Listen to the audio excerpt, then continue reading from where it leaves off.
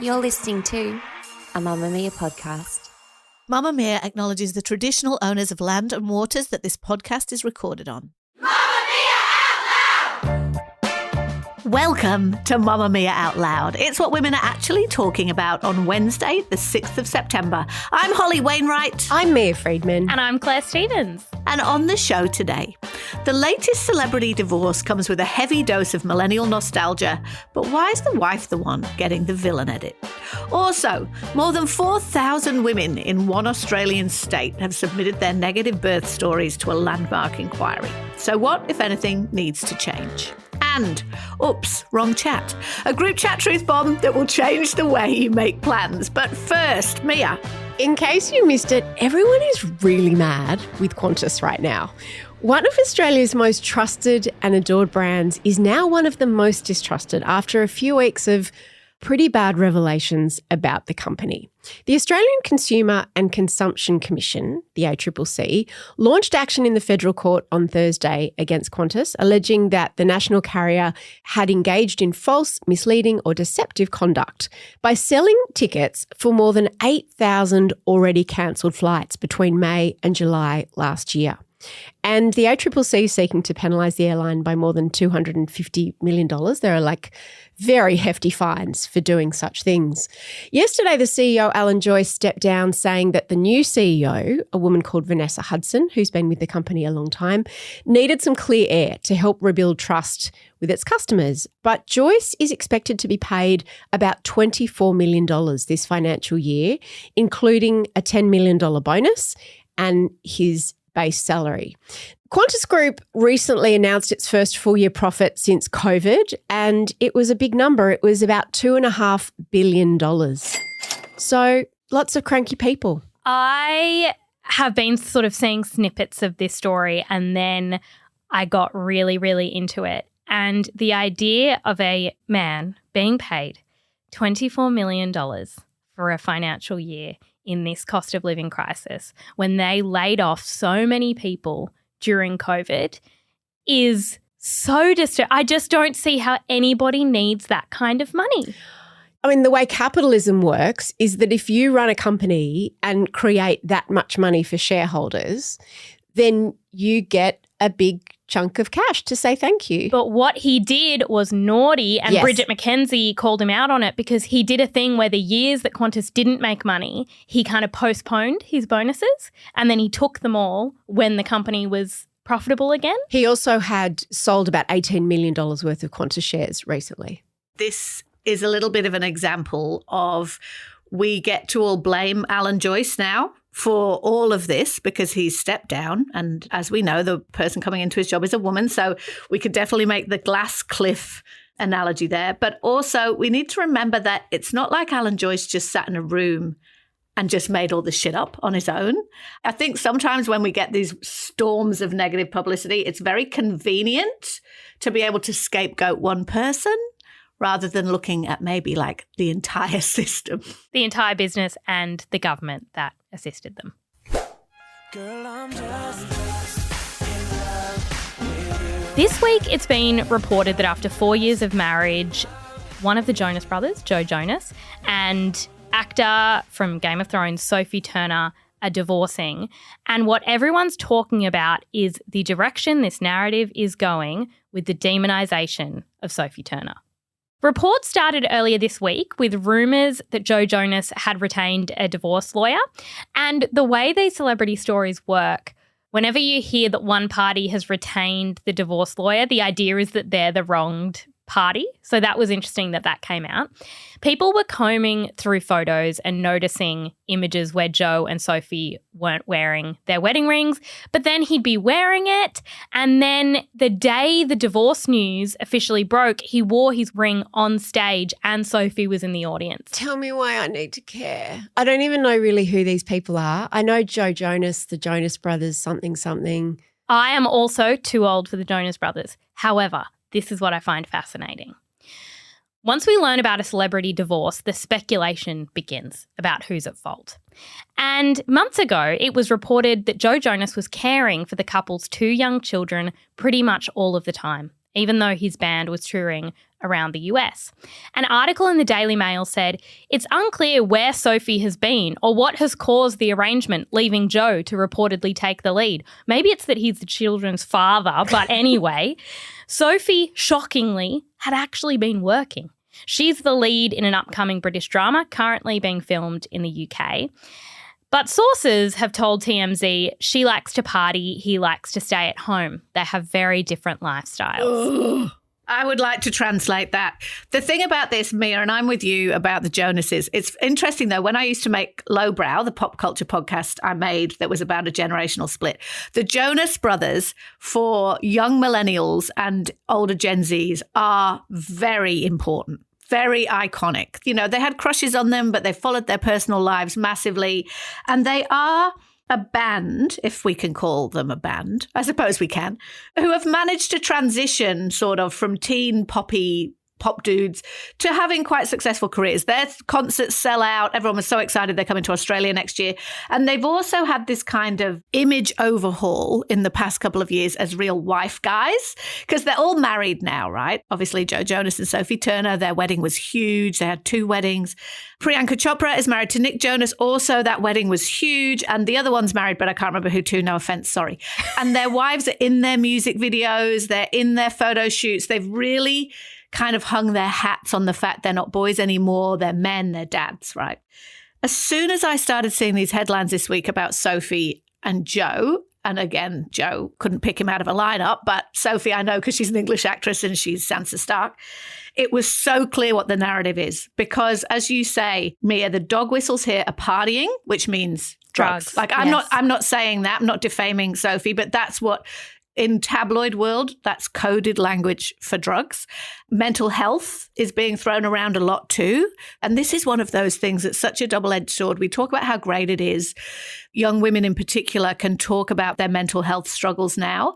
But if they do, it will almost certainly be used as a weapon against them a little bit further down the line. So they're talking about mental health. They're talking about partying. As you've pointed out, Claire, there's been a lot of reporting about how he's been looking after the children. Let's be clear that they've had 2 kids in 3 years. How much partying is Sophie Turner doing? Really? So whatever's really going on here, what's interesting, I think, culturally is the narrative. Jonas has definitely taken charge of the PR machine. He's got more money. He's got more resources behind him.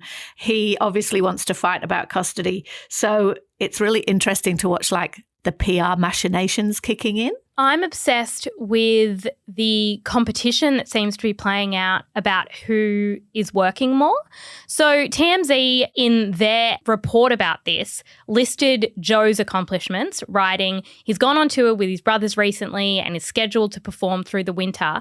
And then they just added, Sophie's done some TV/movie stuff in recent years, but isn't nearly as active as she was during her Game of Thrones days. So basically making it sound like she's sitting around doing nothing, he has a demanding career, and why isn't she at home with the children? These things are very much often played out in the press, but what aggravates me is that even if nobody's leaking to media, there's always this default assumption that if a woman is famous and works, that somehow she's not able to also be a mother or take responsibility for childcare or share that responsibility with her partner.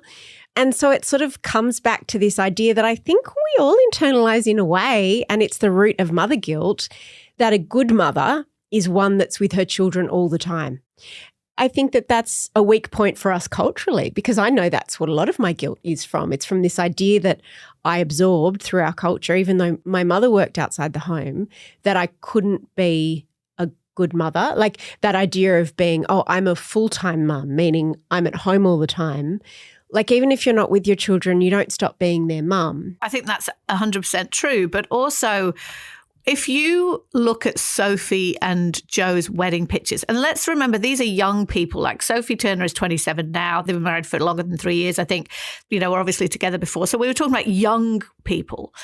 They had a wedding in Vegas with like a really famous DJ playing. They clearly all like to, in inverted commas, party. I don't mean that in the dog whistle sense, but what I mean is clearly their lifestyle, because now that's another word that's being thrown around a lot, that Joe has problems with Sophie's lifestyle, their lifestyle, it was that. Partying, DJs, clubs, big lavish weddings, lots of celebrity friends.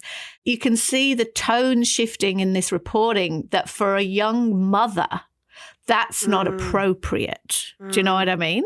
The other thing about this couple is that they were the fun couple. They were the cool, fun social media couple. So they were going out looking glamorous, you know, doing red carpets, having a fun wedding. Sophie Turner did a roast of Joe Jonas. The purity rings. For those of you who don't know, purity rings are worn to demonstrate that you're abstaining from sex before marriage.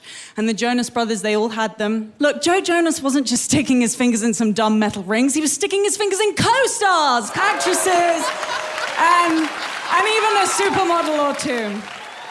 It's been this whole narrative of them being this fun, light couple. And then clearly the assumption was that when they have these two little girls, that Sophie Turner will step back from her career and not be that fun person anymore. No, and go into she the won't role like of going mother. out anymore. She won't like partying. But the other thing I'm thinking about with this story is it possible for two parents to both have big careers?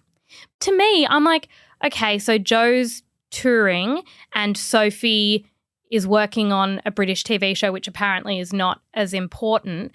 Do you have to have a kind of lead parent in the home sense and then a lead person in the couple who's focusing on career? I mean, it depends. I think that there's so many different factors and money is one of them, but even money can't substitute for the fact that there's only a certain amount of hours in the day, right? And particularly if you have a job that takes you literally out of your home, like for days and months on end. And I think this all the time about actors. And then if you're a touring musician, you're away a lot of the time. And we saw this with the breakup between Tom Brady, the American footballer, and Gisele Bündchen, the model. And she basically stopped work while they had their kids because he did have to travel around all the time. And then he was meant to retire, and the expectation was that she could then resume something of her career. And then he retired for a minute and then he unretired. And that's when they got divorced, because if it's important to you to have one of you with the children or being that lead with the children, you might be able to do it in chunks. I'm more on, now it's your turn. And you see this with Brad Pitt and Angelina Jolie, and they just took their kids all around wherever they went together. Even if you're not famous and touring, it's very hard to have two big careers in one household. 100% it is, 100%. And I think that you often see in these kind of relationships that when kids are little, the Hollywood actors can take them on the road, you know, like they just say, we're a traveling camp. You know, you hear Hollywood stars saying this all the time. But then they start school, they need more routine. So I don't doubt that's complicated. But I just would caution people who are invested in celebrity breakups, which we all are to a point. But as soon as I started seeing those headlines on Monday and all that workmates at Mamamia, they were upset about this split. And I was like, watch her become the baddie. Watch the demonization of Sophie Turner begin. And that's exactly what's happened. And I just would always caution people when they start reading those headlines about celebrity splits to just think about that. Who's leaking about what here? And the question is always, who's bigger at the moment? And he is more in the spotlight at the moment because they're touring and they've had this resurgence, and she's working on a show. Game of Thrones ended a few years ago. Whereas I think if this was when Game of Thrones was on, it might be that she's the wronged party and she's the one we're focusing on. I find the leaking so interesting, and I think you're right. People have to be a little bit suspicious about the demonisation of Sophie Turner. Mamamia out loud.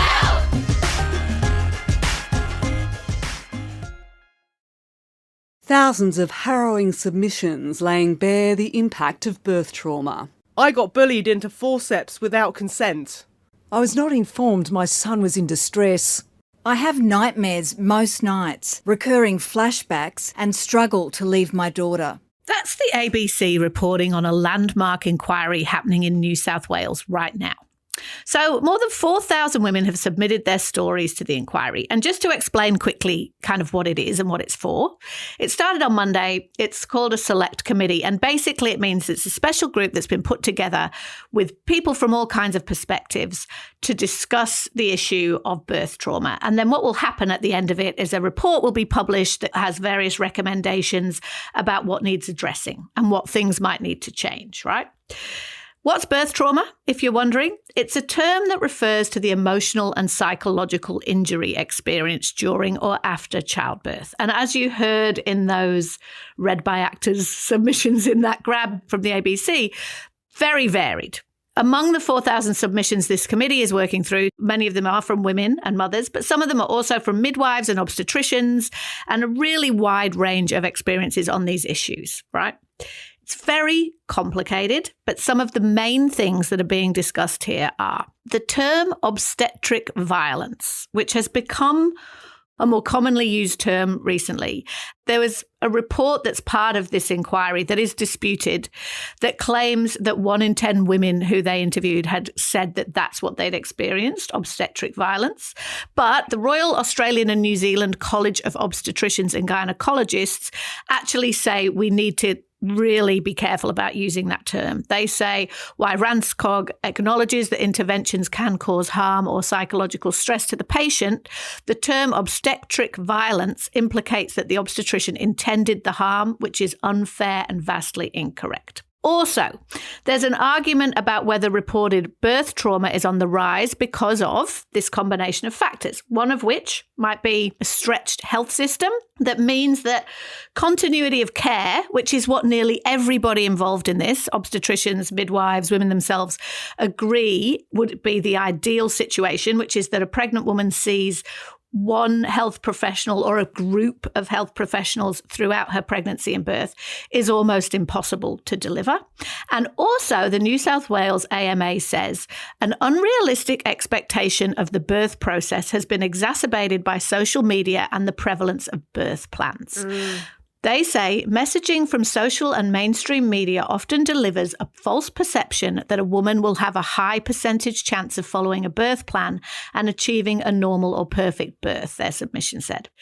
They also said that really the anecdote to this is for pregnant women to be more educated pre-birth about all the things that might happen or go unexpectedly during birth. The argument against that, though, is that we might terrify everybody. Yeah. So, Clare, I'm not sure how I'd feel hearing all this and all these submissions as a pregnant woman, but I'm asking you, are you happy this inquiry is being held? I saw a headline the other day about a woman saying she was traumatised by her birth and it had ruined her life. And I thought, oh goodness, I don't think this is helpful for people who are pregnant to think that that's the norm. Because even this inquiry, it's not the norm. It's too many women. It's far too many women, but it is not the majority. I am so glad that this inquiry is happening though, because being a woman of childbearing age, the experiences I have heard from friends and family about what can happen during birth, and again, this is not about women versus obstetricians and midwives, because in the inquiry there are obstetricians and midwives saying, yes, I was part of a traumatic birth and this is what happened, and it was factors that was outside their control. But to hear from women things like, I almost died in childbirth, far too many of my friends say that. So many of your friends say they nearly died in childbirth. What do you mean? So there is an increase in post-birth hemorrhaging. I read an article recently about how that has become more and more common, and the rates of basically almost dying after childbirth are going up. For what reason? They're not sure. It's C-sections and it's vaginal deliveries that basically that hemorrhaging, which in this inquiry, there's quite a few stories about that, women having given birth and then hemorrhaging and losing a whole lot of blood and waking up the next day on life support. Like, it's absolutely terrifying. So I have friends who have almost died in childbirth, a lot of friends who say there wasn't time for pain relief or there was some kind of clerical error around getting it. That seems to happen. They're like, oh, actually, no, you're not eligible for an epidural, or they've come up with a plan to get a certain pain relief medication, and then when they enter the hospital, it's not available. And then just before they're about to give birth, they're like, oh, this might work, and it's too late. People being sent home and then things start happening and they have no control over it. Basically just a lot of experiences that I think should be listened to and taken seriously, because you hear those and it is absolutely not the case of obstetricians or midwives or anybody in the medical world choosing not to do the right thing for women, but it is about the system, and when it's under-resourced and it's not planned in a way that is the best for women, that's what happens. The idea of the continuity of care, if you're in rural or regional Australia, it is so hard to get that, and that's where a lot of these complaints have come from. They're less so in major cities and more in these rural and regional hospitals where you go in with an idea of how you want your birth to go and nobody knows who you are. It's the first time you're meeting them and they're not listening to you. Something else I've sort of been thinking about is that I'm 32 and I have spent my whole life terrified of giving birth. And it is not a normal medical procedure. It is not like going in to have surgery on your leg. It's not like anything else. And I don't know if we are treating women with the sensitivity and the all well-rounded care that's needed, given that this is a really, really different type of medical experience. There's a lot to unpack with this issue and a lot to unpack with even the examples that you just gave. I would say that I'm also glad that this inquiry is happening. And I would also caution against demonising medical professionals. I mean, the term obstetric violence I also find disturbing. I'm not saying it doesn't happen, that there aren't bad doctors or that things aren't done deliberately, but the idea that doctors are deliberately trying to hurt women is one that I think is very dangerous and very unfair to those medical professionals who are just trying to do their jobs. The examples that you gave, Clare, are really interesting, and I think that they fall into two categories. Like, as you said, I think one is the systemic problems. So my second birth, I didn't have a birth. My only birth plan was that I wanted to have an epidural. And when I got to the hospital, it was a public hospital, they tried to send me home. I ended up labouring in a public, like in a shower in the waiting room. And then when I was finally admitted, there was no anaesthetist available, so I couldn't get an epidural. Now I ended up having my baby. She was fine, I was fine, but I would say that I was traumatised by that. And what traumatised me, it wasn't anybody's fault. What traumatised me was I thought things would go a certain way and they didn't. And so, yeah, I would say that that was a degree of trauma, and it did mean that I had trouble bonding with my baby for the first little while.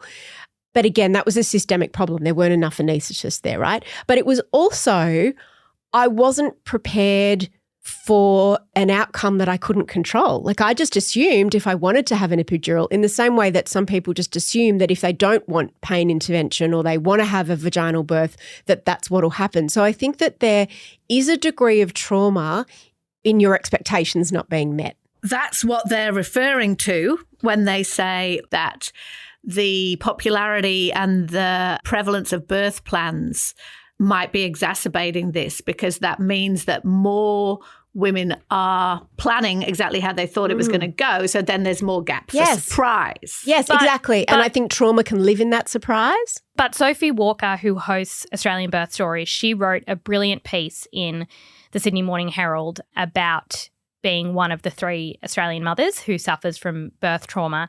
And she really argued against that idea that birth plans are the problem. She basically said birth plans are the opportunity for pregnant women and their support people to get educated, make informed choices, list their preferences, pain relief, interventions. And she said, we don't want a perfect birth. We just want to feel safe and supported. The only problem, Clare, if I can interrupt for a second, the only problem with that, I mean, birth plans to me are about expectations, but the problem with that is that I think that no one says in their birth plan, forceps, suction, those decisions have to be made fast. And you pointed out something that I think is so important, is that giving birth is unlike any other medical situation, right? For 2 reasons. Firstly, 2 lives are at risk, not just one. Secondly, the patient's conscious. So when these quick decisions are being made, unlike in an operation when you're under general anaesthesia, the patient has a say. Not that that's bad, but it's certainly different. I'd say thirdly, the stakes are so high. The stakes are so high for lifelong complications if something goes wrong. And decisions have to be made very, very quickly. And the third reason that I think it's different is that no one goes into their appendectomy or their boob job or their cancer surgery expecting a beautiful experience with candles and music and wanting to make an Instagram out of it. So you go into those operations going, this is going to be shit. I'm going to feel shit afterwards. And so I think that even just that gap, people say quite rightly, Hol, and I know we have this argument all the time. I see birth as a medical procedure, and I know that a lot of people don't. A lot of people say it's a natural thing, it's a beautiful thing, it's the day I meet my baby, all of those things. But I think, again, in that gap, a lot of trauma can occur. See, the research shows that birth plans actually do facilitate shared decision-making and a woman's sense of autonomy. And Sophie Walker says what we're talking about is not a woman sitting there being like, my birth plan is that everything will be perfect. And that's not her idea of what a birth plan is. You should be creating a birth plan in conjunction with a medical professional so that when you say, I want no intervention, they'll say, these are the reasons we have to do intervention. These are the choices that you actually have. Something I've found fascinating throughout this process is there are things you can say no to. And I don't think most women know that going into childbirth, there are things that you're allowed to say, actually, no, can we wait a bit longer for that? Actually, no, I don't want to do that. You're allowed to say no to anything, but sometimes you saying no can then result in bad outcomes that can cause you further trauma. And that's part of creating a birth plan, and that's part of healthcare, is having those conversations, knowing what the risks are, but still having an element of decision-making. I think the thing that's really difficult about this conversation that means that it's so hard to have it without very heightened emotions is that there's such a broad spectrum of what we're talking about here. And what really raises my hackles, and I know a lot of other women, is this idea that women have become too invested in the birth experience, which I know is a conversation that you and I have, Mia, and they really should just shut up and let us get on with it, right? Now, I know that is not what any good medical professional thinks, but there is an undercurrent of that attitude that goes through a lot of this stuff, right? So whenever we write about this issue on Mamamia, we are overwhelmed with stories. And they vary from really serious things to things that are much less serious. Like I was looking at one today and there was a woman who said that her obstetrician was busy and irritated that they'd been called in and refused to come in until the absolute last moment, and then rolled her eyes a bit because the woman wanted her obstetrician to come in sooner. And the following day, the OB told the woman, I thought you were going to make me miss school pickup. Some women are really good at bearing down and pushing, you not so much. Now, I know so many people who have those kind of experiences of the way that their obstetrician or midwife might talk to them that is not necessarily what you'd call trauma, but in the most vulnerable moment of your life, because the real tension here comes. Birth is the most ordinary and the most extraordinary thing that will ever happen, right? It happens constantly all the time. It's the reason we're all here. There's overpopulation, like people are giving birth constantly. And yet for you personally, this is the most vulnerable or otherwise that you're ever likely to be. And as you've said, Claire, the stakes have never been higher. So every word that's said to you, every look you get, every look that the professionals are exchanging because they're getting on with, I think this thing is happening and we need to, it's so heightened and important. It's really difficult because a lot of these discussions, it's sexy in the media to pit women against obstetricians or to pit women against midwives, or even better, to pit midwives against obstetricians. That's something that we really like to do. But really, these health professionals are doing a job and they're being asked every day to bring extraordinary levels of sensitivity to this job, like never to be having a bad day, never to be short with anyone, never to be, terse with their communication, which seems unreasonable on the surface. But then on the other hand, there is no more important job than helping a woman bring a baby into the world. I really understand why so many women feel so dismissed by this probably outdated, patrician idea of an obstetrician is a dude who's irritated because you've pulled him off the golf course or in black tie because he's come from some fancy fundraiser, and you're just an annoying woman with too many opinions. And I think so many people struggle a lot with that stereotype. I think that point that you make, Holly, about that woman's example kind of picking up on an obstetrician's body language and energy being a form of trauma. The interesting thing about this is that there's kind of physical trauma. There's the fact that some people get 4th-degree tears, and there are physical things that can be incredibly traumatic. Then there's psychological trauma, and something that causes trauma in one person will not cause trauma in another. And the kind of increase in post-traumatic stress disorder after childbirth is something really important to look at, because in terms of trauma, we know that the pre-existing framework a person brings into a potentially traumatic event matters. And I think that's what this inquiry is about. It's saying things like continuity of care and having somebody that you trust in the room and feeling like you're listened to even when plans have to change, that stops it from being traumatic, even if the exact same series of decisions are being made. That's what I hope will be achieved by this inquiry, that women get more information, there are more conversations that go on, and that it becomes something where women's voices are heard and discussions are had, rather than things being done to women who are just meant to be silent. Mamamia out loud! If you want to make Mamamia out loud part of your routine 5 days a week, we release segments on Tuesdays and Thursdays just for Mamamia subscribers. To get full access, follow the link in the show notes, and a big thank you to all our current subscribers.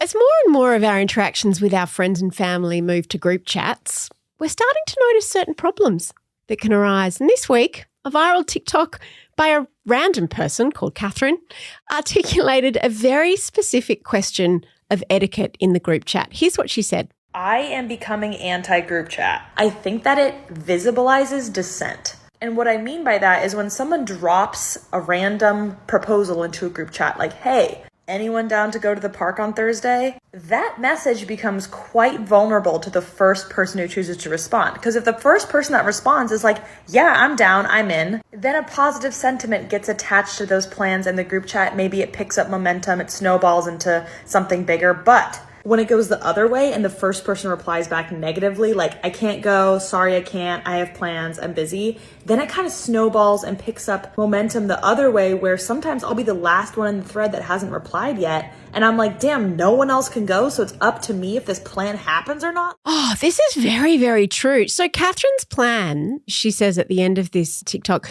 her plan's now to text one person privately, get the confirmation that they can come to whatever the event is that she's planning, and then they create a group chat together asking the others to join them, which sounds like a lot of extra steps and a lot of hard work.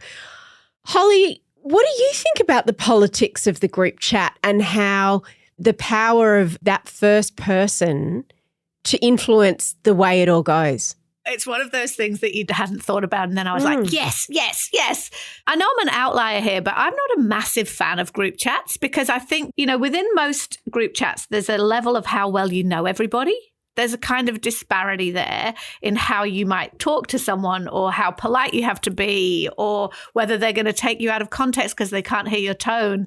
So I actually did this the other day, right? We wanted to have a barbecue at our place, it's spring and whatever.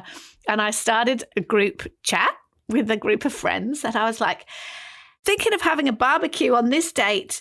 And then someone came in and said, oh, on that date, I can't because I'm at this school fundraiser. And I was like, oh, shit, so am I. Okay, so I got that day wrong. All right. What about this date? And then my friend's like, no, that won't work. What about this date? So then she's planned the date that we're having a thing at my house. And it's like, oh, okay. And then I'm like, I just think that actually those kind of making arrangements by committee are really hard. But what she actually nailed here is the vibes around something. If you put in a let's go for dinner on blah and everybody immediately jumps in and going, yes, yes, yes, yes, yes.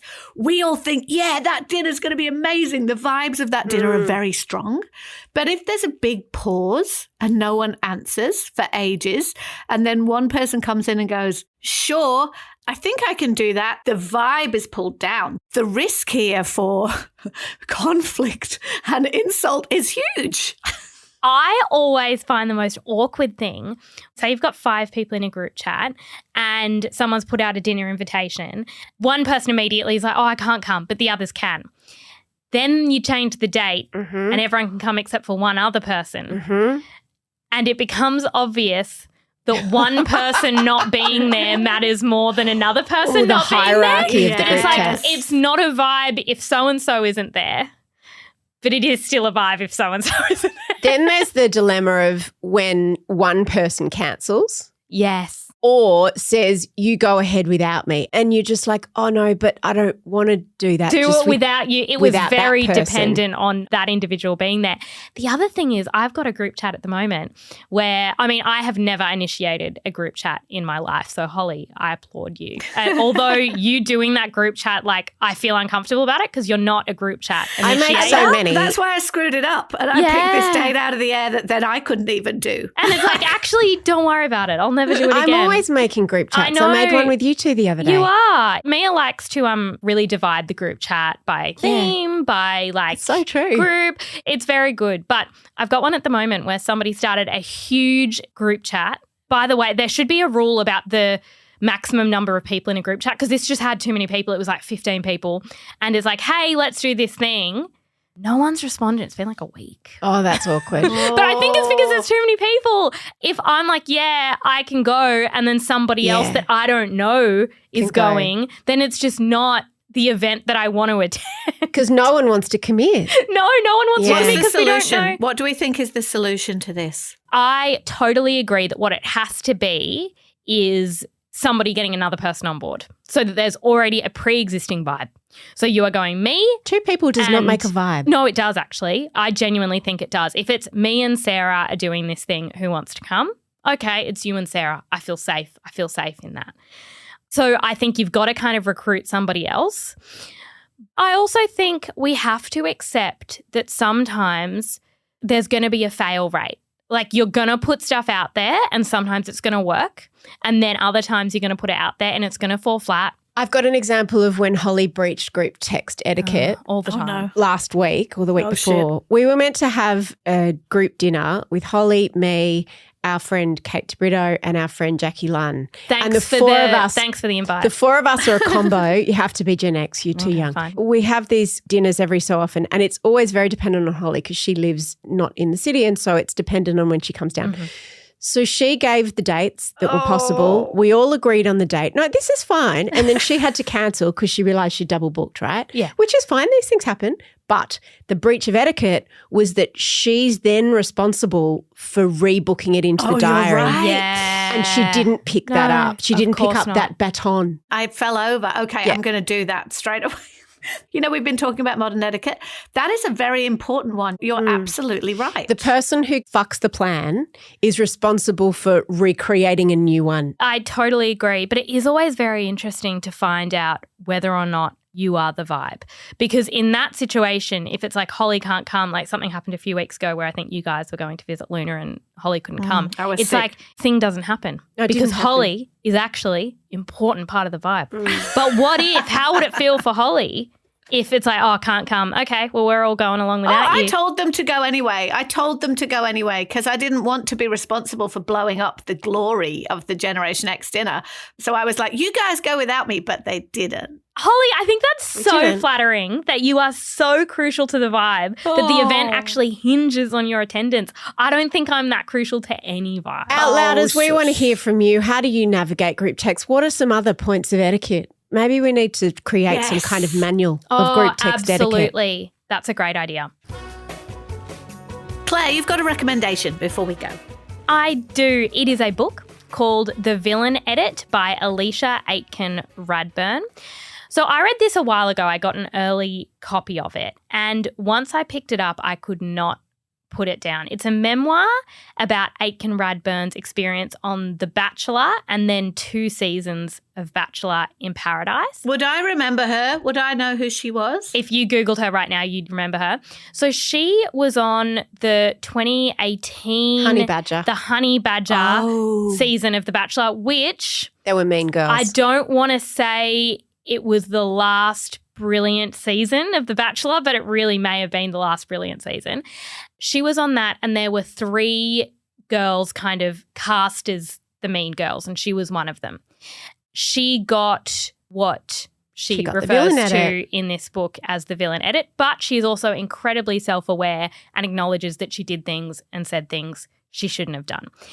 It's all about basically the experience of being on the side of getting the villain edit. The book starts with her reading all the commentary about herself. So the whole time she was on the show, she read everything from Instagram comments to DMs to random anonymous forums. And she talks about the night she got eliminated, she was reading everything. And at 3 a.m, she read a comment that said, "You're a bad person." And that was the one that she couldn't shake. But what's really interesting about it is that then she went on 2 seasons of Bachelor in Paradise and her reputation got totally rehabilitated and everybody fell in love with her. And it's basically about, well, the power of the edit, but also the lesson that you're not defined by what people think of you and that actually what Australia thinks of you matters very, very little to what you think of yourself. Oh, I don't know about that. I interviewed her, Claire. You'll be excited to know, if you can't be bothered out loud, as to read the book. I interviewed her for next week's No Filter. Yes, and I cannot wait to hear that interview because it's a good one. She also worked in politics. Yeah, it's kind of a fascinating story of learning who you are and to love yourself externally to all the validation around you. So I absolutely loved it. It is far more intelligent and nuanced than you would think a book about reality TV could possibly be. When I was away last week, you guys recorded a subs episode with Jessie about her first 8 weeks as a mother. Yes. Which is delightful listening. You can listen right now. It includes her experiences with Mum Guild and the email. This is so good. I didn't know about this. So good. She sent Luca, her husband, an email at 6 weeks to change the game. Great episode to listen to. We'll put a link in the show notes for Mamamia subscribers. And if you're not a subscriber, please support us by becoming one. Thank you for listening to Australia's #1 news and pop culture show. This episode was produced by Emeline Gazilas. The assistant producer is Tahli Blackman with audio production by Leah Porges. We'll see you tomorrow. Bye. Shout out to any Mamamia subscribers listening. If you love the show and you want to support us, subscribing to Mamamia is the very best way to do it. There's a link in the episode description.